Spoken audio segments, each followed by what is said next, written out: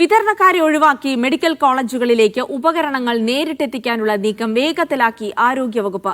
ഇത് സംബന്ധിച്ചുള്ള നിർദ്ദേശങ്ങൾ ആരോഗ്യവകുപ്പ് അഡീഷണൽ ചീഫ് സെക്രട്ടറി ഉദ്യോഗസ്ഥരിൽ നിന്ന് ശേഖരിച്ചു. KMSCL വഴി കമ്പനികളിൽ നിന്ന് നേരിട്ട് ഉപകരണങ്ങൾ എത്തിക്കാനാണ് നീക്കം. വിതരണക്കാർ തുരങ്കം വയ്ക്കുമോ എന്ന ആശങ്കയും ആരോഗ്യവകുപ്പിനുണ്ട്.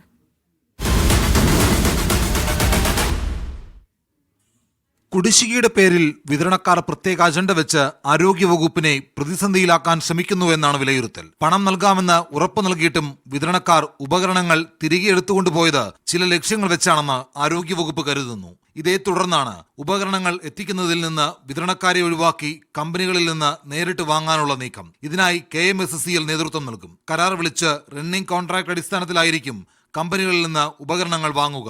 ഭാവിയിൽ ഇത്തരം പ്രശ്നങ്ങൾ ഉണ്ടാകാതിരിക്കാനാണ് വിതരണക്കാരെ ഒഴിവാക്കുന്നതെന്ന് മന്ത്രി കഴിഞ്ഞ ദിവസം പറഞ്ഞിരുന്നു. അതേസമയം ആരോഗ്യവകുപ്പിന് നേരിട്ട് ഉപകരണങ്ങൾ വാങ്ങാൻ കഴിയില്ല എന്നാണ് വിതരണക്കാരുടെ പക്ഷം. എല്ലാ നിയമവഴികളും തേടി മുന്നോട്ടു പോകാനാണ് ആരോഗ്യവകുപ്പിന്റെ തീരുമാനം. അതേസമയം KMSCL-നും കോടിക്കണക്കിന് രൂപയുടെ കുടിശ്ശിക ആരോഗ്യവകുപ്പ് നൽകാനുണ്ട്. ഷിജോ കുര്യൻ, മീഡിയ 1, തിരുവനന്തപുരം.